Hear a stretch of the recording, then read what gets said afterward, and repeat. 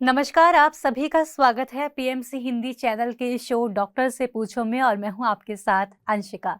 आज हम बात करने जा रहे हैं, आपके सवालों के जवाब जानेंगे और जिस पर जानकारी देने के लिए हमारे साथ स्टूडियो में मौजूद हैं energy medicine expert doctor S Ranjan ji. Sir, आपका बहुत बहुत स्वागत है पीएमसी हिंदी चैनल पर। नमस्ते सर, हमारे व्यूअर्स का हमेशा से बहुत ज़्यादा प्यार हमारे शो को मिल रहा है और बहुत ज़्यादा व्यूअर्स कहते हैं कि आपसे बात करने को चाहते हैं और आपसे अपने सवालों के जवाब जानने के लिए व्यूअर्स पूरे सप्ताह उत्सुक रहते हैं।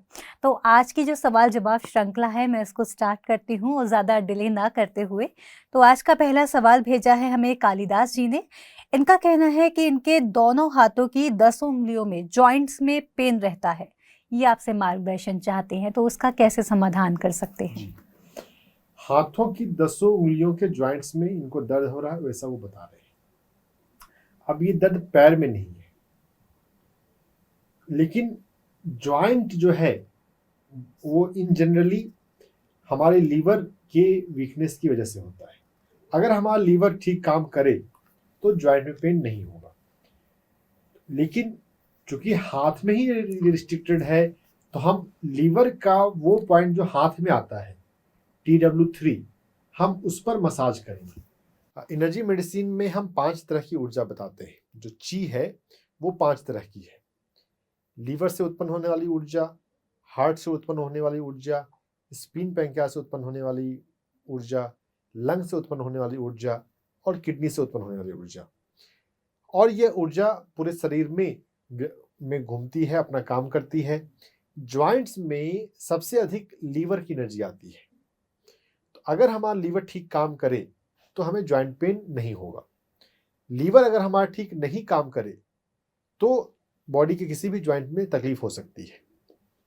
तो हमें लीवर को हेल्दी करना है। जॉइंट में तकलीफ है, इसका मुख्य है कि हमें अपने लीवर को हेल्दी करना है। लीवर को हेल्दी हम कैसे कर सकते हैं?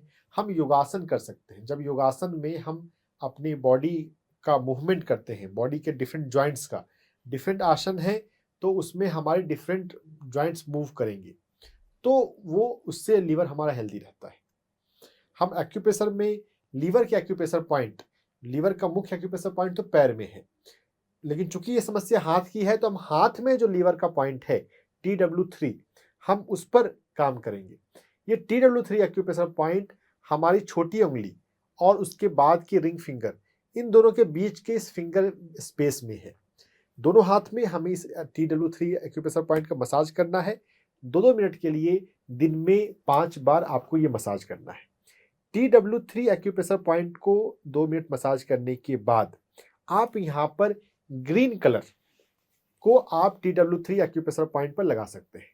हरा रंग TW3 कलर आप लगाएंगे तो यहाँ पर लीवर की ची, विंड ची बोलते हैं, वो बढ़ेगी और जॉइंट पेन नहीं होगा। लीवर का जो मेन पॉइंट है TW3 पर काम करने के अलावा हम लीवर का जो मेन पॉइंट है पैर में लीवर 3, उस पर भी काम कर सकते हैं।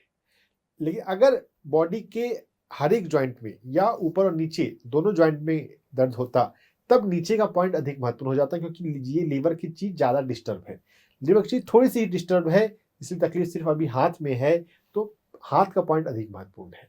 लेकिन साथ में हम लीवर 3 एक्यूप्रेशर पॉइंट को भी मसाज कर लें। पैर के अंगूठे और उसके बगल की उंगली के बीच में लीवर 3 एक्यूप्रेशर पॉइंट है, जिसका इमेज आपको दिखाया जा रहा है, आप फोटो खींच के रख सकते हैं। इस लीवर 3 एक्यूप्रेशर पॉइंट पर 2-2 मिनट के लिए दिन में 3 से 5 बार। और लीवर 3 एक एक्यूप्रेशर पॉइंट एक ऐसा एक्यूप्रेशर पॉइंट है कि नॉर्मल पर्सन भी दिन में 1 बार दबाएगा, 2 बार भी दबा सकते हैं तो आपका लीवर हेल्दी रहेगा। जिन लोगों को भी कंसर्न है कि मेरा लीवर हेल्दी है कि नहीं है, आप लीवर 3 दबाकर चेक कीजिए। अगर वहां पर दर्द मिलता है, जो कि बहुत लोगों को मिलेगा क्योंकि पूरी तरह से हेल्दी बहुत कम लोग हैं, तो अगर लीवर 3 पर आपको दर्द मिलता है, अगर लीवर 3 पर आपको दर्द मिलता है तो आपको लीवर 3 एक्यूप्रेशर पॉइंट दबाना चाहिए और आप वहां पर ग्रीन कलर थेरेपी कर सकते हैं। लीवर 3 और TW3 दोनों एक्यूप्रेशर पॉइंट पर काम करेंगे तो जॉइंट की समस्या ठीक हो जाएगी। ये एक्यूप्रेशर पॉइंट ऑफ व्यू हुआ। एक्यूप्रेशर के साथ साथ हमें थोड़ा सा माइंडसेट पॉइंट ऑफ व्यू भी हम समझें कि क्या हम मन के तल पर यहाँ पर हमें कुछ बदलने की, सोचने की जरूरत है। यस, जॉइंट्स जो हैं वो फ्लेक्सिबिलिटी के लिए होते हैं। अगर हम अपनी लाइफ में फ्लेक्सिबल होते हैं, अगर हम अपनी लाइफ में आगे बढ़ रहे होते हैं, आगे बढ़ने का भाव है, तो हमारे जॉइंट्स स्वस्थ रहेंगे। कभी कभी हमारी सोच ऐसी होती है कि मैं जिंदगी में आगे नहीं बढ़ पा रहा हूँ, मैं जो करना चाहता हूँ वो मैं नहीं कर पा रहा हूँ। देखिए, कई बार हमें धैर्य रखना पड़ता है। टाइम के साथ हम हमारी जो सोच होती है, हमारा जो प्रयास होता है वो सफल होता है, वो मैनिफेस्ट होता है। तब तक थोड़ा धैर्य रखिए, तब तक अपना नॉलेज, टैलेंट, स्किल को अपग्रेड करते रहिए। धैर्य के साथ हम किसी भी प्रोजेक्ट पर काम करें तो रिजल्ट आता ही है। तो कभी भी अपने आप को कमजोर, लाचार, असहाय महसूस नहीं करना है कि मेरा काम सफल नहीं हो रहा है, मैं आगे नहीं बढ़ पा रहा हूं। किसी भी तरह की निगेटिविटी को अपने मन पर चिंतन करें। क्या आपके मन में कोई निगेटिविटी है? इस तरह की निगेटिविटी हो सकती है कि मैं अपना काम नहीं कर पा रहा हूं। तो यहां पर अफर्मेशन कर सकते हैं कि मैं अपना काम कर सकता हूं, मैं जो ठान लूं, जो मैं चाह लूं वो मैं कर सकता हूं। दिव्य ऊर्जा, भगवान मेरे साथ है और मैं जो चाहता हूं वो मैं करता हूं। मैं आगे जिंदगी में आगे बढ़ रहा हूं। पॉजिटिव थिंकिंग आपको कल्टीवेट करना है, पहचानना है किस तरह की नेगेटिव थिंकिंग आपके भीतर है, उसका एंटीडॉट, निगेटिव को छोड़कर पॉजिटिव सेंटेंस को प्रेजेंट टेंस में, वर्तमान काल में बार बार बोलेंगे, सोचेंगे, तो आपकी माइंड पॉजिटिव होगी और माइंड पॉजिटिव होने का भी प्रभाव बॉडी लेवल पे आएगा और आपका जॉइंट पेन पूरी तरह से ठीक हो जाएगा। Thank you so much sir इस सवाल के जवाब के लिए। आशा करते हैं कालिदास जी आपको आपके सवाल का जवाब मिल गया होगा और इसके साथ ही आप लेवर 3 पर काम करेंगे और इसके साथ ही TW3 पर भी काम करेंगे, जिससे आपकी जो समस्या है वो और जल्दी ठीक हो जाएगी। सर इसी के साथ बढ़ते हैं आज के अगले सवाल की ओर। अगला सवाल है योगेश महाजन जी का। इनका कहना है कि इनको घुटनों में बड़ी तकलीफ है और ज़्यादा इनको दाएं घुटने में तकलीफ ज़्यादा है, जिसकी वजह से 4 से 5 मिनट से ज़्यादा स्थिर नहीं बैठ पाते और 30 से 35 मिनट से ज़्यादा बैठ ही नहीं पाते। तो आपसे समझना चाहूँगी इस पर किस तरह से काम करें? देखिए, जब घुटने के दर्द होता है, ऐसे लोगों को योगा का प्रयोग बहुत फायदा करेगा। योगासन में जब हम अपने, और योगासन में भी जो सूक्ष्म व्यायाम है, सूक्ष्म आसन है, सूक्ष्म आसन मतलब पैर की उंगलियों का, जॉइंट्स का, एंकल का और सभी जॉइंट्स का हम मूव करते हैं। हम आगे पीछे सर्कुलर, एक घड़ी की एक दिशा में, फिर घड़ी की उल्टी दिशा में। जब हम पैर के जॉइंट्स का मूवमेंट करते हैं, हाथ के जॉइंट्स का मूवमेंट करते हैं, क्योंकि हमारी बॉडी में ना एक जॉइंट दूसरे जॉइंट से जुड़ा हुआ है। हमारा जो घुटने का जॉइंट है वो हमारे एल्बो जॉइंट, कोहनी के जॉइंट से जुड़ा हुआ है।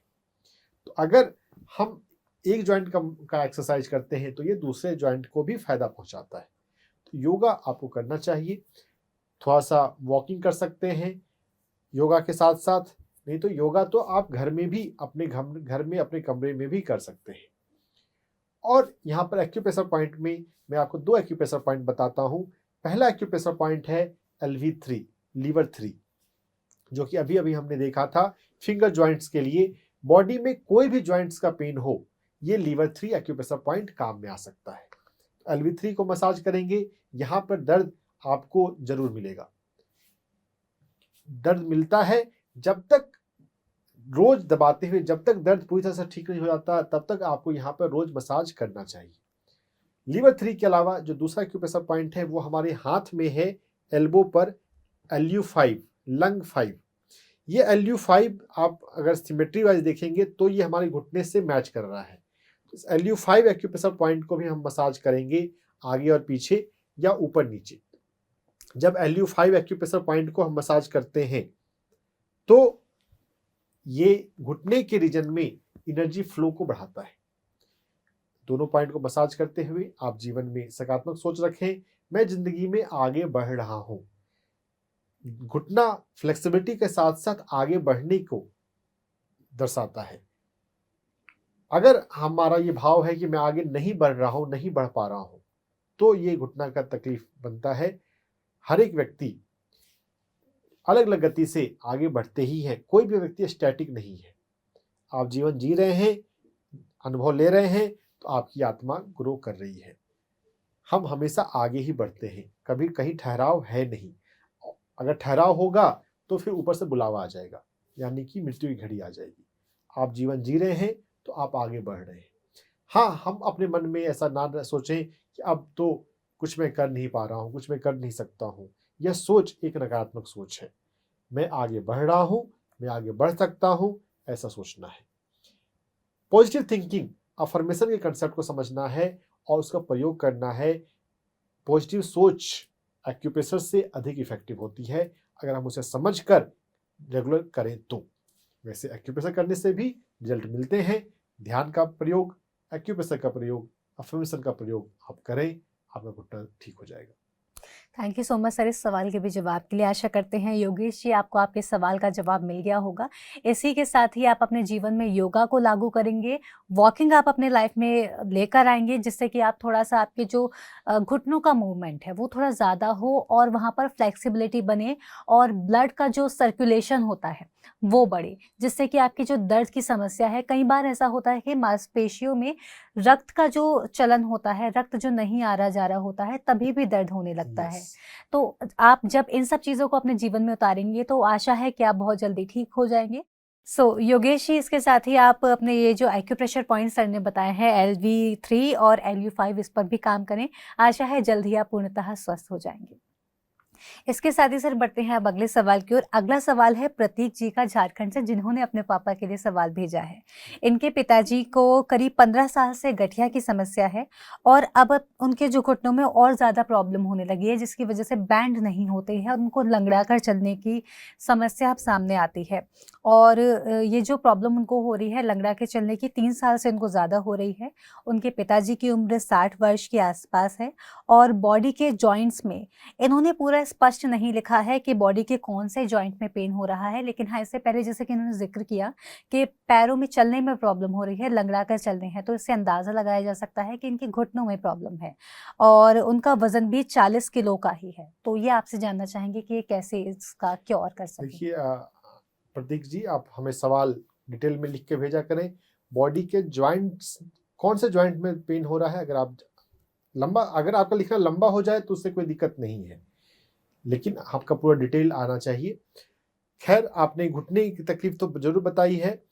घुटने में बेंड हो गया है, यानी कि स्ट्रक्चरल डिफॉर्मिटी हो गई है।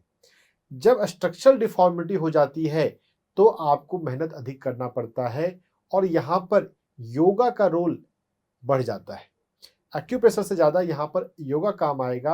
आपको कोई योगा क्लास लगवाना है पिताजी के लिए, खुद भी ज्वाइन करना है, क्योंकि मोटिवेशन, अगर आप ये सोचेंगे कि पेशेंट अकेला करे तो मोटिवेशन उतना नहीं बनता है। अगर कोई फैमिली मेम्बर, एक फैमिली मेम्बर, 2 फैमिली मेम्बर अगर साथ में करते हैं तो मोटिवेशन अधिक बनता है। 3 महीने के लिए आपको योगा करना चाहिए और योगासन में चूंकि बेंड हो गया है तो ये बेंड होने का कारण है कि शरीर जो है नीचे झुक रहा है, शरीर को ऊपर खींचने की जरूरत है और ऊपर खींचने के लिए ताड़ासन अच्छा होता है। ताड़ासन का प्रयोग करना है। वजन भी आप बता रहे हैं कि कम है, तो वजन वैसे ओल्ड एज में अगर कम रहे तो अच्छा रहता है, घुटने पर लोड नहीं आता है। तो वजन, अगर हार्ट की कोई समस्या नहीं है तो वजन कम होना अपने आप में कोई बीमारी, कोई तकलीफ नहीं है ना। हमारा हीमोग्लोबिन ठीक रहना चाहिए, हार्ट ठीक रहना चाहिए, एनर्जी बॉडी में होनी चाहिए कि मूवमेंट वगैरह जितना हम करना चाहें रीजनेबली उम्र के हिसाब से उतना हम कर सकें।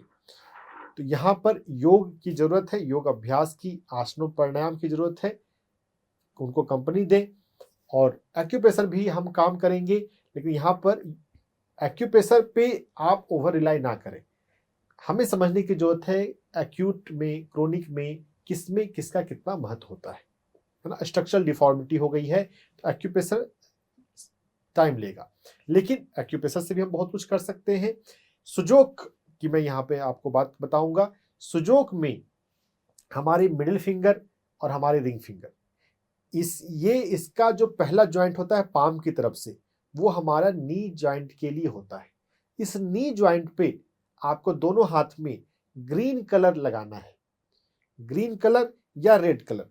ग्रीन कलर जो है वो लीवर ची को मजबूत करता है और जो रेड कलर है ये हार्ट ची, हृदय की प्राण ऊर्जा को बढ़ाता है, ब्लड सप्लाई को बढ़ाता है।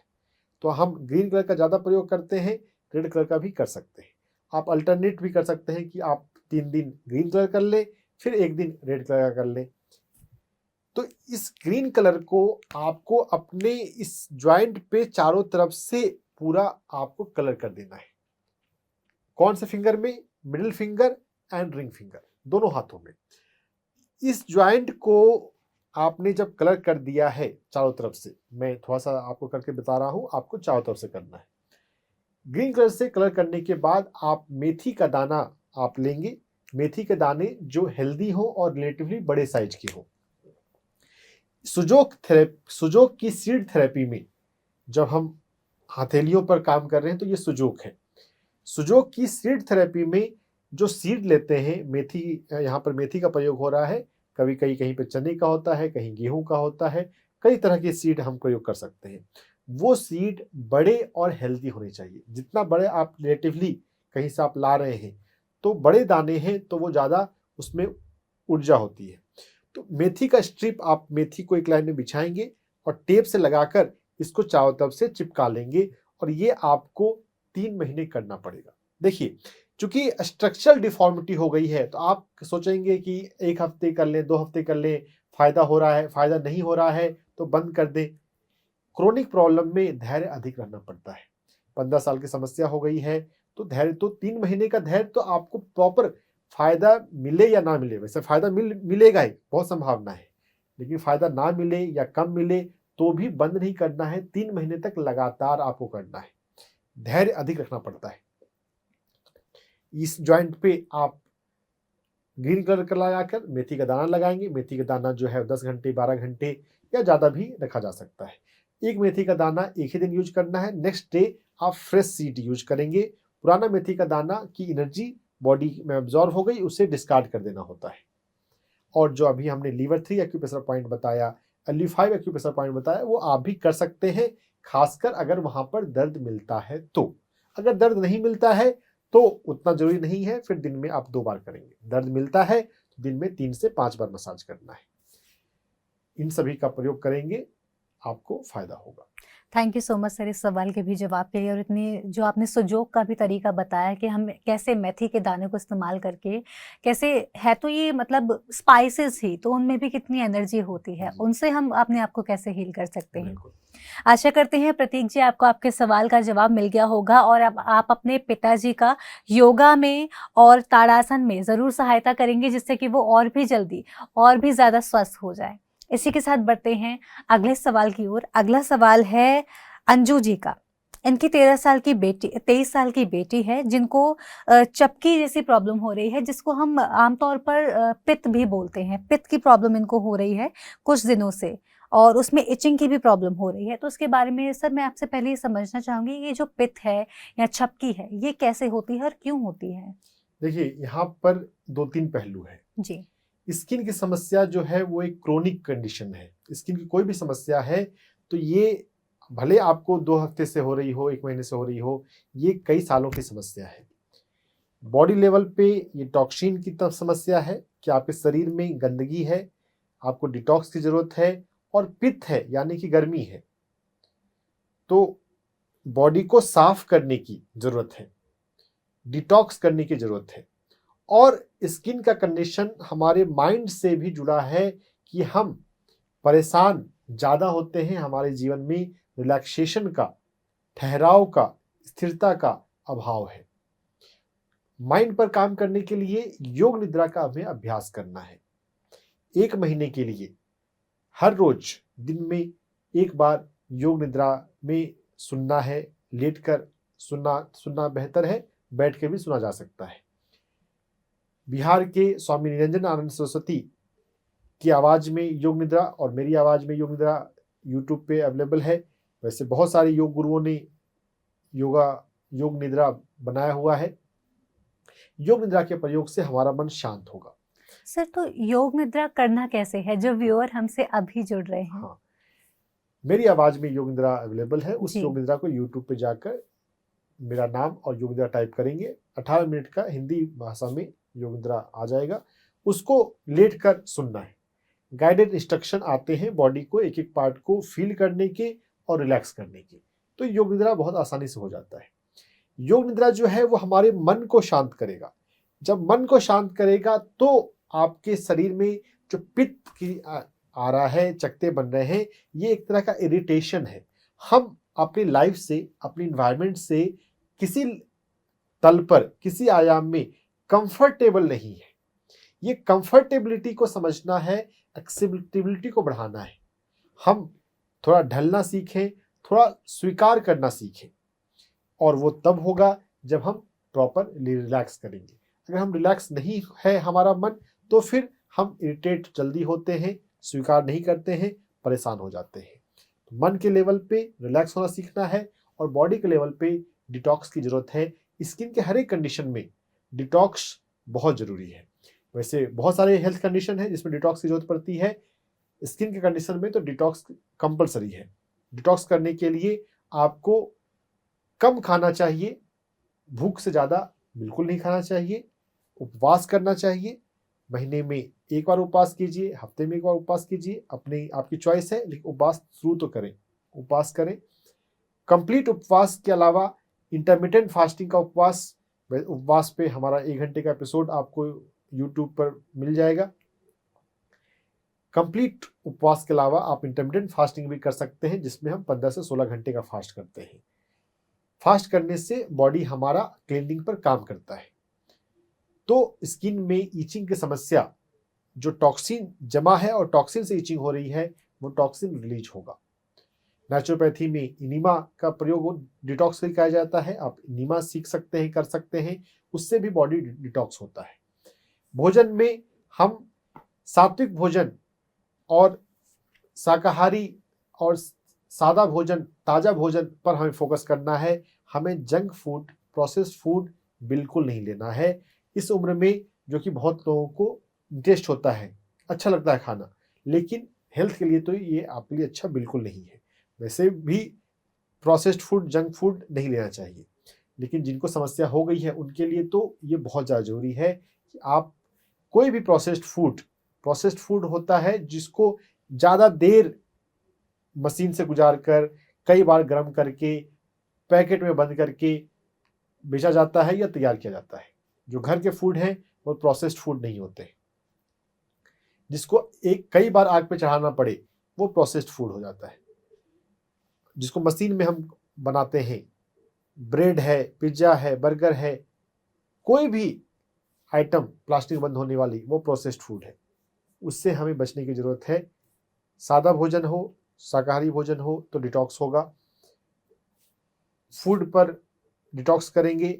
इसके साथ एक्यूप्रेशर पॉइंट में पैर में SP9 है और हाथ में LU5 है। अभी हम LU5 एक पॉइंट पे काम शुरू करें। जब LU5 आपको याद रहने लग जाए तो आप SP9 पर भी काम कर सकते हैं। LU5 एक्यूप्रेशर पॉइंट जो है लंग मेरिडियन का 5वां एक्यूप्रेशर पॉइंट है। आपको स्क्रीन पे दिखाया जा रहा है। अंगूठे की लाइन में आप इसका फोटो खींच के रख लें। एल्बो पर इस LU5 एक्यूप्रेशर पॉइंट को 2-2 मिनट के लिए दिन में 5 बार मसाज करें। ज़्यादा भी कर सकते हैं, 5 बार तो करना पड़ेगा, क्योंकि स्किन की कंडीशन थोड़ी डीप रूटेड होती है। उसको पूरी तरह से हटाने में आपको मेहनत करना पड़ेगा। और एलोपैथी में तो इसका इलाज बिल्कुल नहीं है, बस टेम्पररी रिलीफ ही है। परमानेंट रिलीफ तो सिर्फ नेचुरोपैथी में और स्पिरिचुअलिटी में है। काम करेंगे इस तरह से जो अभी आपको बताया गया, तो आप बिल्कुल ठीक हो जाएंगे। Thank you so much sir, इतनी अच्छी इन्फॉर्मेशन के लिए कि ये जो स्किन की डिसीज़ होती हैं बहुत ज़्यादा डीप रूटेड होती हैं। जैसे कि आपने इससे पहले एपिसोड में बताया कि कोई भी बीमारी होती है वो स्किन के स्तर तक बहुत बाद में आ पाती है, तो इसी वजह से वो बहुत ज़्यादा डीप रूटेड होती है। इसी के साथ अंजू जी, मैं आपको कहना चाहूँगी कि आपकी बेटी, आशा करते हैं वो बहुत जल्दी ठीक हो जाएं। आप डिटॉक्स में उनकी सहायता कीजिए, योग निद्रा में उनकी सहायता कीजिए, और LU5 पर काम कीजिए। इसी के साथ बढ़ेंगे अगले सवाल के लिए, लेकिन उससे पहले मैं अपने व्यूअर्स को कहना चाहूँगी कि यदि आपका भी कोई सवाल है, आपकी किसी भी समस्या से रिलेटेड, तो उस सवाल को हमें भेजना ना भूलें। हमारा व्हाट्सएप नंबर आपकी टीवी स्क्रीन पर फ्लैश कर रहा है। इस नंबर पर आप अपनी समस्या को ज़रूर लिखकर भेजें। जब भी आप अपना सवाल लिखकर भेजें, उसमें जो भी आपको बीमारी है उसके मेडिकल टर्म के साथ साथ अपने शब्दों में आपको क्या समस्या हो रही है वो ज़रूर लिखकर भेजें। और जो भी समस्या हो रही है उसको थोड़ा डिटेल में लिखकर भेजें, जिससे कि हम आपकी सहायता और अच्छे से कर पाएँ। तो सर, इसी के साथ बढ़ते हैं अब अगले सवाल की ओर। अगला सवाल है मंजू धमीजा जी का। इनका कहना है कि ये थायराइड से सफ़र कर रही हैं 10 साल से। 10 साल से इनको थायराइड की प्रॉब्लम है और ये कोई मेडिसिन भी लेती हैं। तो आपसे सहायता चाहती हैं कि कैसे इसको क्योर कर सकें? अभी आपने जैसा कहा कि सवाल को डिटेल में लिख के भेजा जी। चाहिए। अब यहाँ पे सिर्फ बताया थायराइड की बहुत सारी समस्या होती है। क्या आपको बालों की समस्या है, क्या वजन की समस्या है, कि क्या मूड का डिसऑर्डर है। अगर हमारे पास डिटेल अवेलेबल होता तो हम उसके कॉन्टेक्स्ट में आपको नाड़ियों पर काम कैसे करना है वो बता देते। लेकिन चलिए, अब जैसा आपका सवाल है, जितना सवाल है उतने उसकी बेसिस पर, वैसे थायराइड पे हमारा पूरा 1 घंटे का एपिसोड भी अवेलेबल है, आप वो भी देख सकते हैं क्या क्या हमें कैसे कैसे करना चाहिए। मुख्य उसमें हमारा है थायराइड का मसाज। अपने थायराइड को हमें 2-2 मिनट के लिए दिन में 3 से 5 बार मसाज करना चाहिए। जब थायराइड को मसाज कर रहे हैं उस समय हम दूसरा हाथ अपने हम थर्ड आई पर रखें तो ये ज़्यादा इफेक्टिव हो जाता है। हम अकेले भी थायराइड को मसाज कर सकते हैं, लेकिन अगर हम दूसरा हाथ हमारा अगर थर्ड आई पर हो, किसी भी तरह से कोई भी उंगली हमारी थर्ड आई पे आ जाए, तब पीनियल ग्लैंड, पिट्यूटरी ग्लैंड, अगर हम अपनी उंगली को थर्ड आई पे रखते हैं तो हमारा पिट्यूटरी ग्लैंड एक्टिवेट होता है। तो आप थायराइड को हम मसाज करेंगे तो थायराइड ग्लैंड एक्टिव होगा। थायराइड ग्लैंड एक्टिव करने के साथ साथ माइंड पे भी काम करने की जरूरत है। हम अपनी बातों, मन की बातों को दबाया ना करें। जो 1 घंटे का वीडियो है आप उसमें देखेंगे, उसमें आपको इन्फॉर्मेशन बताए गए हैं। इन जनरल तो हम, अगर आपके भीतर से कभी कुछ बोलने का भाव आता है तो सही शब्दों में आपको उस समय व्यक्त करना चाहिए। हम मन की बातों को दबा लेते हैं तो वही हमारी विशुद्धि चक्र का और थायराइड का ब्लॉकेज बन जाता है। भोजन में आपको ताजा हरी सब्जियां खानी चाहिए। थायराइड पर कई ढंग से हम काम कर सकते हैं। हम उज्जयी प्राणायाम से काम कर सकते हैं। उज्जयी प्राणायाम करने से हमारा थायराइड एक्टिव होता है। और सेडेंटरी लाइफस्टाइल आपको बिल्कुल नहीं होनी चाहिए। आपको एक्टिव होना चाहिए, वॉकिंग करना चाहिए, एक्सरसाइज करना चाहिए, योगा करना चाहिए, जो भी आपको पसंद है। कोई भी एक्टिवनेस वाला तो आपको अपनाना ही चाहिए। ज़्यादा देर बैठे ना रहें, और घर में काम कर रहे हैं तो वो वॉकिंग या एक्सरसाइज नहीं है। बोलते हैं बैठने की फुर्सत तो नहीं मिलती, घर में काम कर। आपको फिजिकल मूवमेंट बाहर जाके पार्क में करना चाहिए या घर पे योगा का अभ्यास किया करें। सेडेंटरी ना बने, एक्टिव होने की जरूरत है। सेल्फ लव सीखने की जरूरत है, खुद से प्यार करना सीखें। लुई है कि अफर्मेशन को समझें और अपनाएं। अफर्मेशन को, बेसिक अफर्मेशन सेल्फ लव से है, मैं खुद से प्यार करती हूँ। और एक बार में शुरुआत 1 या 2 अफर्मेशन से ही करें, ज़्यादा अफर्मेशन शुरुआत में ना लाएं। धीरे धीरे जब आप समझते हैं कि मुझे अपनी किस मनोदशा को बदलना है, तो वैसा प्रिसाइज अफर्मेशन यूज करना है ना। जितना आपको समझ में आता है आप उतना to the point affirmation use करेंगे तो आपको तुरंत रिजल्ट मिलेगा। आप अपने भीतर बदलाव महसूस करेंगे। हम उत्साह में ज़्यादा अफर्मेशन ले लेते हैं तो फिर एक पर उतना काम नहीं हो पाता है। तो लुई है को थोड़ा पढ़ने की जरूरत है। हमारा स्वाध्याय, मैंने स्वाध्याय किया हुआ है you can heal your life पर, आप उसको देख सकते हैं। अफर्मेशन के बारे में काफ़ी लंबी बात की गई है। तो इन सभी का पालन करेंगे, थायराइड में आपको फायदा होगा। Thank you so much sir इस जानकारी के लिए। आशा करते हैं मंजू जी आपको आपके सवाल का जवाब मिल गया होगा और आप पार्क में जाएंगी, प्रकृति से जुड़ेंगी, सेमेंट्री जो लाइफस्टाइल है उससे थोड़ी सी दूरी बनाएंगी। और हाँ, जैसे कि हम सभी समझते हैं कि इतनी दूरी बनाना पॉसिबल हमारे लिए नहीं होता, लेकिन हम नेचर के पास तो जा ही सकते हैं, नेचर से तो जुड़ ही सकते हैं। चाहे हम 5 मिनट के लिए जाएं या 10 मिनट के लिए, हम जहाँ भी रहते हैं आसपास कोई ना कोई पार्क तो ज़रूर होता है। तो आप अपने जो आपका पूरा दिन का समय होता है उसमें से 10 मिनट या 15 मिनट अपने लिए निकालिए और नेचर के साथ जुड़िए। फिर देखते जाइए कि आपकी समस्याएं कैसे कम होने लगती है। और हाँ, अफर्मेशन का जैसे कि सर ने बताया, अफर्मेशन का इस्तेमाल आप ज़रूर कीजिए और उसके बाद अपने अनुभव हमें ज़रूर शेयर कीजिएगा। कुछ टाइम बाद ये करके देखिए, कुछ टाइम तक ये करके देखिए। उसके बाद यदि फिर भी आपको कोई समस्या आती है, फिर भी आप हमसे अपना सवाल भेज सकते हैं और भी ज़्यादा अगर आपको इसमें जानकारी चाहिए, तो उस पर भी आप हमें अपना सवाल हमारे व्हाट्सएप नंबर पर भेज सकते हैं। इसी के साथ बढ़ते हैं अगले सवाल की ओर। अगला सवाल है सुधा माथुर जी का। इनके जो जिब्या है, ज़बान जो बोलते हैं जीभ, उस पर छाले हो गए हैं। इसका उपचार जानना चाहती हैं। अल्सर हो गया है जी। मुंह में, टंग पे अल्सर हो गया है। जी। अब अल्सर जो है, अल्सर मेडिकल में ये टर्म है कि जो ऊपर का एपिथेलियम है वो इरोड हो गया, वो उस वहाँ पर एसिड आ जाने की वजह से वहाँ का जो लेयर है वो हट गया है, तो वहाँ पर जलन होती है, इरिटेशन होता है, हमें खाने में निगलने में परेशानी होती है और हमारी जीभ उस जगह पे ज़्यादा जाती है जहाँ पे कुछ गड़बड़ होती है, हमारी जीभ वहाँ पर ज़्यादा जाती है।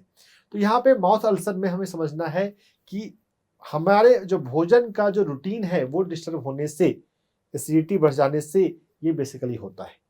तो अभी जो हम उसका मेन प्रॉपर ट्रीटमेंट देखेंगे, समझेंगे, उसके अलावा हम यह समझें कि हम अपने भोजन के साथ छेड़छाड़ ना किया करें, समय पर भोजन करें और समय अगर भोजन का आगे पीछे होता है तो पानी तो जरूर पी लिया करें, है ना। भोजन को प्रेम से किया करें। अब यहाँ पर जो अल्सर हो गया है तो इसके लिए एक प्राणायाम है कि हम अपने नाक से और मुंह से एक साथ श्वास लें और एक साथ सांस छोड़ें। ये 2 मिनट 3 मिनट के लिए आप दिन में 2-2 घंटे पर कर सकते हैं। नाक से और मुंह से दोनों से एक साथ सांस लेना, नाक सांस हवा ले रहे हैं और छोड़ रहे हैं, तो एरेशन हमारे टंग का होता है। जो तो अल्सर है वहां पर लेयर, हेल्दी लेयर बनना शुरू होता है। एक्यूप्रेशर पॉइंट में हम ST3 एक्यूप्रेशर पॉइंट और PC6, ST3 एक्यूप्रेशर पॉइंट जो है वो हमारे आंखों के सेंटर में चिक बोन के लोअर बॉर्डर पे है। तो इस ST3 एक्यूप्रेशर पॉइंट को हम अप एंड डाउन मसाज करें। Up and down ST3 acupressure point को मसाज करने से हमारे इस रीजन में पृथ्वी प्राण बढ़ता है। पृथ्वी प्राण बढ़ेगा तो अल्सर जो है वो हील होना शुरू हो जाएगा। और जो एसिडिटी की वजह से होता है, एसिडिटी को ही भी हमें कम करने की जरूरत है। एसिडिटी को कम करने के लिए PC6 एक्यूप्रेशर पॉइंट हमें करना चाहिए। जो PC6 एक्यूप्रेशर पॉइंट है वो हमारी कलाई पर, कलाई से 3 अंगुल के डिस्टेंस पर, चौड़ाई से सेंटर पे होता है। दोनों हाथों में इस PC6 एक्यूप्रेशर पॉइंट को, आपको इमेज ये दिखाया जा रहा है, इसका फोटो खींच के रखें। इस PC6 एक्यूप्रेशर पॉइंट को 2-2 मिनट के लिए दिन में हर 2 घंटे पर आप इसको मसाज करें। जब PC6 एक्यूप्रेशर पॉइंट का आप रेगुलर मसाज करेंगे तो आपके अपर बॉडी रीजन में, माउथ के रीजन में पृथ्वी प्राण बढ़ेगा और पृथ्वी प्राण बढ़ने से अल्सर हील होना शुरू हो जाएगा।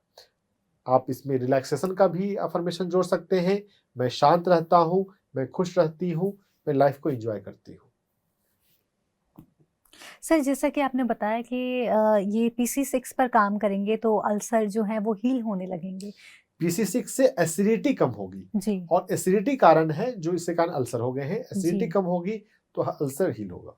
सर, क्योंकि जैसा कि हम नॉर्मल लाइफ में जब हम बात करते हैं, जब घर पर हम बात करते हैं कि छाले हो रहे हैं, तो मम्मी पापा का कहना होता है कि पेट की गर्मी से छाले हो रहे हैं। तो गर्मी ये एसिडिटी का गर्मी ही मतलब एसिडिटी। यस। जी। सो जब हम PC6 पर काम करते हैं तो एसिडिटी कम होती है और छाले हमारे हील होने में मदद करते हैं। बिल्कुल सही बात है। तो आशा करते हैं सुधा जी आपको आपके सवाल का जवाब मिल गया होगा। आप PC6 पर काम कीजिए, अफर्मेशंस पर काम कीजिए और जल्द ही आप पूर्णतः स्वस्थ हो जाएंगी। आप इसी के साथ में जब आप PC6 पर काम कर रहे हैं और इसके साथ ही अफर्मेशंस पर काम कर रहे हैं, तो देखिए अफर्मेशंस पर काम करना इतना ज़रूरी होता है। कहीं ना कहीं जाने अनजाने हम खुद को ही अंडर एस्टिमेट करने लग जाते हैं, जो कि बिल्कुल ठीक नहीं है। हम सभी को इम्पोर्टेंस देते हैं, पूरी दुनिया को इम्पोर्टेंस देते हैं, अपने घर में सबको इम्पोर्टेंस देते हैं, लेकिन कहीं ना कहीं हम जिसको भूल जाते हैं वो हम खुद होते हैं। हमारे पास सबके लिए वक्त होता है, सबके लिए खाना बनाने के लिए वक्त होता है, लेकिन अपने लिए वक्त नहीं होता। तो जब हमारे जीवन में समस्याएं आने लगती हैं तो ये एक इंडिकेशन होता है कि अब वक्त है आपको खुद को वक्त देने का। तो अब ये वक्त है आपके पास, आप वक्त दीजिए अपने आप को। इसी के साथ सर बढ़ते हैं आज के अगले सवाल की ओर। अगला सवाल है कृष्णा थापा जी का। इनकी उम्र 27 वर्ष है। इनको प्रॉब्लम है IBS की और इसके साथ ही कोलाइटिस की भी प्रॉब्लम है। जानना चाहते हैं कि क्या मेडिटेशन से हील कर सकते हैं इसे? मेडिटेशन से IBS को, कोलाइटिस को और दुनिया की सभी बीमारियों को ठीक किया जा सकता है। देखिए, कोई बीमारी आती क्यों है पहले आपको ये समझना है। मेडिकल साइंस ये नॉलेज नहीं देगा। मेडिकल साइंस हमारे बॉडी को मशीन की तरह देखता है। मशीन को मशीन के अंदर डाला गया तो क्या दिखा, जो अल्ट्रासाउंड की रिपोर्ट है, जो एंडोस्कोपी की रिपोर्ट है, बस उसको वैल्यू किया जाता है। नहीं तो ये मशीन ने क्या बताया, हम बस उसको देखकर बता रहे हैं। हम सिर्फ मशीन नहीं है, हम तो लिविंग एंटिटी है ना। मशीन स्टैटिक होता है, हम स्टैटिक नहीं होते। हम हर पल चेंज होते हैं। हमारी बॉडी में एक साथ हजारों रिएक्शंस हो रही हैं, किसी मशीन में ऐसा नहीं होता है। तो हमें यह समझना है कि हम मशीन नहीं है। जब हम लिविंग एंटिटी हैं तो उसको चेंज करना होगा और मेडिटेशन तो चेंज करेगा। साइकोसोमेटिसिटी के कंसेप्ट को समझना है कि अगर हम माइंड को बदलेंगे तो हमारी बॉडी बदलेगी।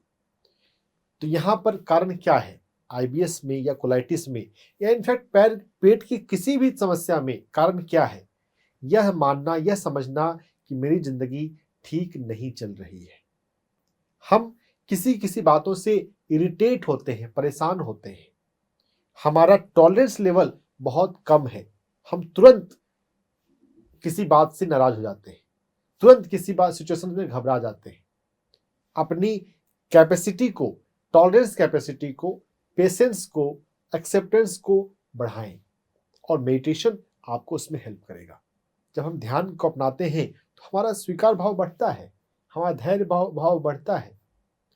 तो उससे आपकी हीलिंग होनी शुरू होगी। हीलिंग, IBS, कोलाइटिस, ये सभी समस्याएं ना थोड़ी देर से ठीक होती है, लेकिन ठीक जरूर होती है। 3 महीने का टाइमलाइन लेके आप चलेंगे कि 3 महीने में रेगुलर ध्यान को साधूंगा, रेगुलर ध्यान में बैठूंगा, तो आप अपने IBS को या तो ठीक कर लेंगे या आप पाएंगे कि हाँ उसमें सुधार तो हो रहा है, उसमें बदलाव तो आ रहा है। निर्भर करता है कि आपने ध्यान को कितना समझा है। ध्यान में हम बैठते हैं आंख बंद करके, लेकिन उस ध्यान की गहराई का बहुत फर्क पड़ता है। आपको किसी अच्छे ध्यान टीचर के सुपरविजन में ध्यान करना चाहिए। आपको अलग अलग ध्यान के टीचर के पास जाना चाहिए, है ना। ध्यान पे किताबें पढ़नी चाहिए। Mind to matter, Dawson Church अगर आप पढ़ेंगे, doctor Newton Kondaveti, art and science of meditation, Osho को सुनेंगे, ध्यान पर कई सारे लिटरेचर है। ध्यान की बारीकियों को समझेंगे तो ज्यादा फायदा हम ले पाएंगे। ध्यान से हमें मन को शून्य करना है, इस मन की पॉजिटिविटी को बढ़ाना है। पॉजिटिविटी को बढ़ा लेंगे तो IBS गारंटी ठीक हो जाएगा। मैं आपको अफर्मेशन भी थोड़ा बता देता हूं कि यहां पे हमें अफर्मेशन क्या करना है। अफर्मेशन यहां पर इरिटेशन से इरिटेबल बाउल सिंड्रोम हो रहा है। मैं धैर्यवान हूं, आई हैव गुड पेशेंस, मैं अपनी जिंदगी धैर्य के साथ जीता हूं, मैं काम को धैर्य के साथ करता हूं, मैं ध्यान में हर दिन गहरा उतर रहा हूं, मेरा ध्यान हर दिन गहरा होता जा रहा है, डीपर होता जा रहा है। ऐसे अफर्मेशंस आप करें। लुई हे को पढ़ के आप और भी अफर्मेशन अपने लिए पहचान सकते हैं। आपको अपने सोचने के तरीके में, अपने इमोशन में कहां पर बदलाव लाने की जरूरत है।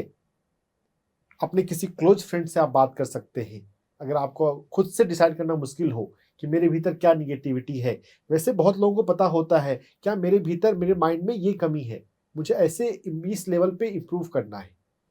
लेकिन अगर इन बाय चांस आपको समझ में नहीं आए तो आप किसी क्लोज फ्रेंड की, जो थोड़ा पॉजिटिव रहता हो, जिसका थोड़ा मेडिटेशन में रुझान हो, उससे पूछ सकते हैं कि मुझे बताओ यार, मुझे अपने भीतर क्या कुछ बदलाव, कुछ पॉजिटिव चेंज लाने की जरूरत है। तो अच्छे लोग भी हैं, अच्छे दोस्त भी होते हैं, वो आपको बता सकते हैं कि हाँ देखो तुम ना घबराते ज़्यादा हो, थोड़ा घबराहट को थोड़ा कम करना सीखो, तो थोड़ा थोड़ा स्वीकार करो, हर चीज़ हमेशा हमारी मर्जी से तो नहीं हो सकती। कहीं जा रहे हैं, ट्रैफिक मिल गया, थोड़ा टाइम लग जाएगा, कोई बात नहीं, उस समय गहरी सांस लो, सांस पर ध्यान रखो, थोड़ा वेट करो। सांसों पर ध्यान में हम ध्यान में बैठते हैं, हम खुली आंखों से भी तो सांसों पर ध्यान लगा सकते हैं। कभी भी कहीं भी वेट करना है, खुली आंखों से सांसों पर ध्यान लगाएंगे तो आराम से आपका टाइम निकल सकता है। आपको वेट करना मुश्किल नहीं लगेगा। लोगों की बातों से आप प्रभावित ना हो। हम लोगों की अलग अलग कमेंट से, कुछ लोगों की मजाक करने की आदत होती है और हम उसकी बातों को दिल पे ले लेते हैं। कभी किसी की बातों को दिल पे ना लें। अरे मिलजुल के रहें, खुश रहें, बातों को दिल पे ना लिया करें ना। हम जज ना करें और दूसरों को जज करने का मौका ना दें, और अगर कोई कर देता है तो थोड़ा इग्नोर करें। अगर आप अपने लाइफ में परेशान नहीं होंगे तो आपका आईबीएस ठीक हो सकता है, लेकिन धैर्य रखना पड़ता है, ध्यान से आप ठीक हो जाएंगे। Thank you so much sir इस सवाल के जवाब के लिए। आशा करते हैं कृष्णा आपको आपके सवाल का जवाब मिल गया होगा, और इसके साथ ही आप अपने माइंड पर काम करेंगे, क्योंकि बहुत सारी बीमारियां हमारे अंदर होती नहीं हैं, हमारे मानसिक लेवल से वो जनित होती हैं, हमारे साइकोसोमेटिक रीजंस होती हैं हर बीमारी के पीछे। तो कहीं ना कहीं आप अगर अपनी कोई भी बीमारी है उसकी गहराई में जाएंगे तो कहीं ना कहीं वो वहाँ पर आपको उसका मानसिक कारण ज़रूर मिलेगा कि मानसिकता से वो विकसित हुई है। तो आप अपना ध्यान रखिए और अफर्मेशंस कीजिए और अपने मन को थोड़ा सा बदलिए। इसी के साथ हम बढ़ते हैं अगले सवाल की ओर। अगला सवाल है नीलम जी का। ये दिल्ली से हैं, इनकी उम्र 45 वर्ष है। इनका कहना है कि ये डेली 2 बार ध्यान करती हैं, लेकिन इनके पैरों की एड़ियों में दर्द होता है, और जब सोकर उठती हैं तब दर्द होता है, और जब वॉक करती हैं, चलती फिरती हैं, तभी भी दर्द होता है। 20 दिनों से मिलेट खा रही हैं, लेकिन इनका पेट डेली साफ नहीं हो पाता, मोशन जो होते हैं वो टाइट होता है। तो आपसे इस पर सहायता चाहती हैं। देखिए, मेडिटेशन कर रही हैं, ये एक अच्छी बात है, लेकिन मेडिटेशन करने के साथ साथ इस बात पे चिंतन करना है कि मुझे अपने सोचने के तरीके में कहाँ पर बदलाव लाना है। जहां पर हमें बदलाव लाना है उसको पहचानने में मेडिटेशन हेल्प करेगा, है ना। बदलाव तो लेकिन लाना ही पड़ेगा। ऐसा नहीं है कि सिर्फ मेडिटेशन कर लेना अपने आप में काफी है। मेडिटेशन के साथ साथ अपने थिंकिंग में पॉजिटिविटी लानी है, सोच हमारी सकारात्मक हो। कहाँ पे बदलाव लाना है वो पता चलेगा। पॉजिटिव सोच हो, आपको हील पेन के लिए भी चाहिए और कॉन्स्टिपेशन के लिए भी चाहिए। कॉन्स्टिपेशन में बेसिकली क्या है ना, हम अटैचमेंट, हमारा एक्सेसिव अटैचमेंट होता है। आपके घर में जो भी ऐसी चीजें हैं जिसका पिछले 2 साल में उपयोग नहीं हुआ है, उसको घर से बाहर करें। अपने घर में, अपने कमरे में सिर्फ उसी सामान का रखें जिसका एक्टिव यूज है। हम अटैचमेंट की वजह से अपने लाइफ में कॉन्स्टिपेशन को पाते हैं। लेट गो की आदत, फ्री फ्लो में बहने की आदत रखनी है। फाइबर कंटेंट मिलेट्स में होता है, आप ले रहे हैं, अच्छी बात है। उसे कंटेंट क्वालिटी को थोड़ा बढ़ाएं, अच्छी क्वांटिटी में लें। जितना अधिक लेंगे उतना अच्छा है। मिलेट्स के मामले में ओवर ईटिंग जनरली नहीं होती है। सर मैं आपसे समझना चाहूँगी, क्योंकि कई बार ऐसा होता है कि मिलेट्स है, लोगों को कई बार, हमको कई बार ऐसा हो जाता है कि बनाने का प्रॉपर तरीका भी नहीं होता। कई बार लोग ओट्स लेते हैं, लेकिन ओट्स का क्या है, वो प्रॉपर पका नहीं पाते, जब फिर उसको कंज्यूम करते हैं तो वो दिक्कत देता है। तो हमको मिलेट्स को कैसे लेना चाहिए जिससे कि वो बेनिफिशियल रहे हमारे लिए, ना कि वो उस तरह की समस्याएं उत्पन्न करें। तो मिलेट्स को कई तरीके से ले सकते हैं। सबसे आइडियल वे है खमीर की तरह लेना। खमीर में उसको फर्मेंट करना होता है, 5 घंटे 6 घंटे के लिए फर्मेंट करते हैं, तो उस खमीर को आप ले सकते हैं। खमीर के अलावा उसकी खिचड़ी बना के ली जा सकती है। उसको रोटी में आप नॉर्मल मल्टीग्रेन आटे के साथ मिक्स करके उसकी रोटी बना के ले सकते हैं। कई तरीके से मिलेट्स को लिया जा सकता है। कई सारे यूट्यूब पे रेसिपी बनाने वाले चैनल में बताया गया है कंज्यूम करने का।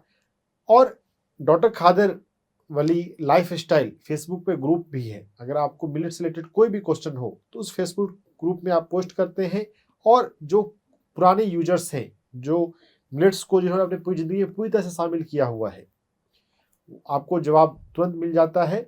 और अगर मिलेट से रिलेटेड कोई डाउट है तो वहाँ पे दूर हो जाता है। यहाँ पर कॉन्स्टिपेशन और हील पेन की जो आपका जो सवाल है, तो यहाँ हील पेन के लिए मैं आपको एक्यूप्रेशर पॉइंट भी बताना चाहूँगा। हमारे पैर पे LV3 और K7 ये 2 एक्यूप्रेशर पॉइंट हील पेन के लिए बहुत अच्छे हैं। LV3 एक्यूप्रेशर पॉइंट पैर के अंगूठे और उसके बगल की उंगली के बीच में होता है।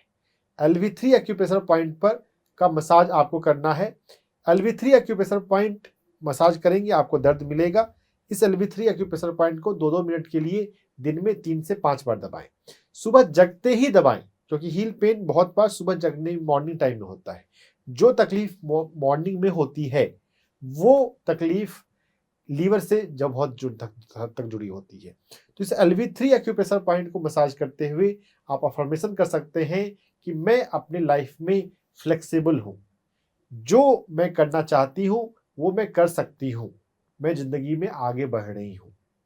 आगे बढ़ना, फ्लेक्सिबिलिटी और कैपेबिलिटी, मैं आगे बढ़ने में समर्थ हूँ। तो LV3 एक्यूप्रेशर पॉइंट को मसाज करेंगे। LV3 के साथ K7 एक्यूप्रेशर पॉइंट को करना है।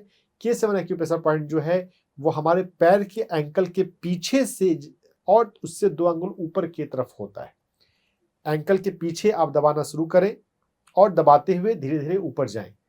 तो जहां पर आपको दर्द मिल जाए वो K7 होता है। K7 थोड़ा सा ऊपर नीचे हो सकता है। इस K7 एक्यूप्रेशर पॉइंट को जिस पैर की एड़ी में दर्द हो उस पैर की K7 में अधिक करना है। K7 एक्यूप्रेशर पॉइंट और LV3 ये 2 एक्यूप्रेशर पॉइंट रेगुलर हम करते हैं तो हील पेन बहुत आसानी से ठीक होता है। हील पेन कोई बहुत बड़ी चीज नहीं है। एक्यूप्रेशर पॉइंट पे काम करना है और माइंड पे काम करना है। और कॉन्स्टिपेशन के लिए हम अपने हाथ में LI4 पर मसाज कर सकते हैं। LI4 एक्यूप्रेशर पॉइंट अंगूठे और उसके बगल की उंगली के बीच में यहाँ पर है। तो सुबह में गुनगुना पानी पीकर थोड़ा सा वॉक करते हुए LI4 को मसाज करते हैं। और मिलेट्स तो आप ले ही रहे हैं तो आपके बॉडी में, और क्या होता है मिलेट्स के मामले में ना, मिलेट्स में जो फाइबर हमारे बॉडी में जा रहा है उससे हमारी बॉडी में, हमारे गट में healthy microbiome, healthy bacterias grow कर रहे हैं। तो टाइम के साथ अगर हम रेगुलर ले रहे हैं तो टाइम के साथ वो हेल्दी बैक्टीरियाज बढ़ते जाते हैं। तो ग्रेजुअली हम उसके इफेक्ट को रियलाइज करने लगते हैं और धीरे धीरे अधिक फायदा होता है। पहले 2 हफ्ते में आपको जितना रिजल्ट दिखा है, आप रेगुलर लेते रहेंगे तो 1 महीने में आपको ज़्यादा अच्छा रिजल्ट मिलेगा। तो आप मिलेट्स ले रहे हैं, आप लेते रहें, ये आपको कॉन्स्टिपेशन में बहुत फायदा देगा। Thank you so much sir इस सवाल के भी जवाब के लिए। आशा करते हैं नीलम जी आपको आपके सवाल का जवाब मिल गया होगा। इसी के साथ आप LV3 पर काम करेंगी, K7 पर काम करेंगी, अफर्मेशंस पर काम करेंगी और अपने जीवन में फ्लेक्सिबल रहेंगी। कई बार ऐसा होता है कि जब हम रुकाव बना लेते हैं अपने जीवन में, हम समय के साथ बदलना नहीं चाहते, हम रिजिड हो जाते हैं, तो वो समस्याएं कहीं ना कहीं हमारे दिमाग में वो सब चल रहा होता है और फिर वो उसके जो केमिकल रिएक्शंस होते हैं वो हमारी बॉडी में रिफ्लेक्ट होते हैं और हमारी बॉडी किसी ना किसी समस्या के रूप में उसे हमारे सामने प्रस्तुत करती है। तो कहीं ना कहीं हमें अपने माइंड पर काम करने की ज़रूरत है, जिससे कि आप बहुत जल्दी स्वस्थ भी हो जाएगी। इसी के साथ बढ़ते हैं आज के अगले सवाल की ओर। अगला सवाल है वंदना जी का, उड़ीसा से। इनकी उम्र है 46 वर्ष। इनकी जो समस्या है, इनको स्पाइनल कॉर्ड का L4 और L5 का ऑपरेशन हुआ था 30 अगस्त को, जिसकी वजह से ये चल फिर नहीं पा रही हैं, ज़्यादा देर बैठ नहीं पाती हैं और इनको नर्व की प्रॉब्लम भी हो रही है और डायबिटिक भी हैं ये, जिसको 10 साल का वक्त इनको हो चुका है, 10 साल से डायबिटिक हैं।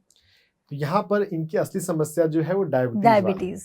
लोग पता नहीं क्यों इस बात को समझ नहीं पा रहे हैं कि डायबिटीज जो है वो हमारे शरीर के दूसरे अंगों को देर सबेर प्रभावित करता है।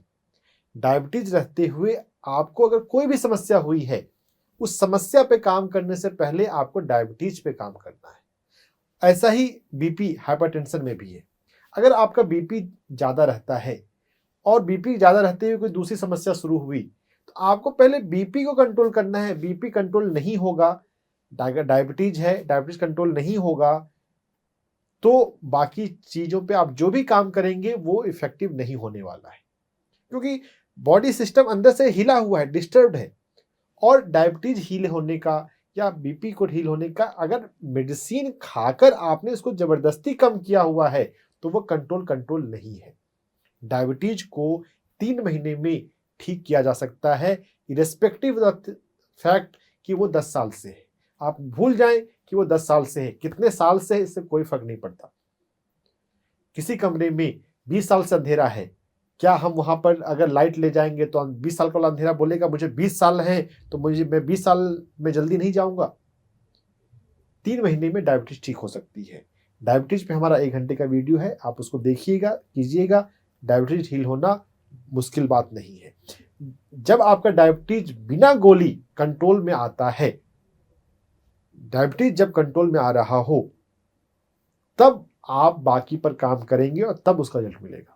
आपने सवाल भेजा है तो हम आपका जवाब जरूर देंगे कि अपने स्पाइन पर, L4 L5 पर, लंबार स्पाइन पर कैसे काम किया जाता है। लेकिन इस बात को समझें, ये प्रॉपरली इफेक्टिव तभी होगा जब आप डायबिटीज की दवा बंद करने के लिए तैयार हैं और उस तरह से अपने आप पर मेहनत कर रहे हैं। बिना जड़ पर काम किए, बिना डायबिटीज पर काम किए स्पाइन पूरी तरह से हेल्दी नहीं हो सकती। आप अपने भीतर ये गांठ बांध कर रख लें, चाहे आप 1 बार ऑपरेशन कराएं, 2 बार ऑपरेशन कराएं, ये जीवन में बदलाव नहीं आने वाला। तो स्पाइन के लिए हम यहां पर समझें TW5 एक्यूप्रेशर पॉइंट को। लंबार रीजन में, लंबार स्पाइन में TW5 एक्यूप्रेशर पॉइंट का काफी महत्व रोल है। TW5 एक्यूप्रेशर पॉइंट चौड़ाई के हिसाब से सेंटर में है और रिस्ट का ज्वाइंट जहां पर हमारी ये मूर्ति है उससे 3 अंगुल के डिस्टेंस पे तीसरा अंगुल जहां पर आता है इस जगह पर है। दोनों हाथ में किसी दूसरे पर्सन से आप ये करवाएंगे ज्यादा अच्छा है। खुद से भी वैसे कर सकते हैं, लेकिन थोड़ी सी एक पकड़ चाहिए, थोड़ी सी एक मजबूती चाहिए। इस TW5 एक्यूप्रेशर पॉइंट को मसाज करने से आपको यहाँ पर दर्द होगा। TW5 एक्यूप्रेशर पॉइंट को मसाज करना है 2-2 मिनट के लिए दिन में 5 बार। इस TW5 एक्यूप्रेशर पॉइंट पर मसाज करते हुए आपको ये सोचना है, डायबिटीज को ठीक करने के लिए पहले सोचना है। आपको इसका इमेज दिखाया जा रहा है, इस पॉइंट को समझ लें। आपको दोनों हाथ में TW5 का मसाज करना है और जिस हाथ में आपको दर्द मिले उस हाथ में आपको अधिक समय देना है, दिन में 5 बार समय देना है।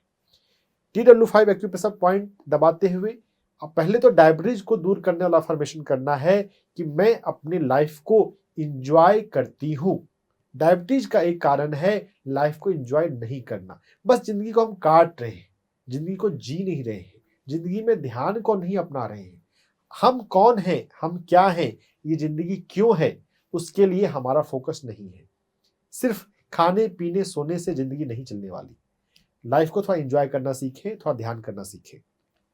TW5 एक्यूप्रेशर पॉइंट को दबाते हुए और डायबिटीज पे हमारा एपिसोड देखकर डायबिटीज के पॉइंट्स दबाइए, डायबिटीज को कंट्रोल कीजिए। जब दोनों आप कर रहे हैं तो आपको फायदा होगा, आपका स्पाइन हेल्दी रहने लग जाएगा। इस TW5 पर आप मटर का दाना भी आप टेप से चिपका सकते हैं दोनों तरफ। मसाज तो करना ही है, मसाज करने के साथ साथ वहां पर आप मटर का दाना चिपकाएं।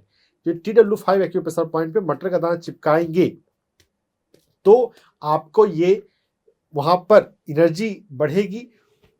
एक दिन में 1 मटर का दाना, उसको दोबारा यूज नहीं करना है। मटर का दाना चिपकाएंगे, मटर का दाना लगा हुआ है तब लगा हुआ भी ऊपर से आप दबा सकते हैं। तो ये स्पाइन जो है आपका वो मजबूत होता जाएगा, ठीक होगा, स्पाइन हेल्दी होगी और जब स्पाइन हेल्दी होगी तो दर्द आपका तकलीफ ठीक हो जाएगी। Thank you so much sir. आज आपने इतने अलग अलग तरह के सवालों के जवाब दिए और इतनी अलग अलग समस्याओं का जो विवरण आपने दिया, जिनकी डिटेल्स आपने बताई कि उनका रीज़न क्या होता है, वो वाकई में कमाल था। क्योंकि हम लोग कभी इस तरह से सोचते नहीं हैं, क्योंकि वही ना, आम आदमी है तो उनका लगता है कि अच्छा दर्द हो रहा है तो वहीं पर दिक्कत है, लेकिन माइंड लेवल पर किसी समस्या का समाधान हो सकता है। ये वाकई में PMC हिंदी चैनल और आपके द्वारा जो हमें ज्ञान मिल रहा है, ये वाकई सराहनीय है। बहुत बहुत धन्यवाद सर आपका। Thank you. और सर इसी के साथ आपका जो आपने कीमती वक्त निकाला उसके लिए बहुत बहुत धन्यवाद। कीमती वक्त निकाल कर आपने हमारे व्यूअर्स के सवालों के जवाब दिए, उसके लिए बहुत बहुत धन्यवाद। वेलकम। तो दर्शकों, इसी के साथ आज के इस एपिसोड में इतना ही। लेकिन यदि आप में से किसी का सवाल अभी इस एपिसोड में नहीं लिया गया है तो घबराइए मत, आपका सवाल हम अगले एपिसोड में ज़रूर लेंगे।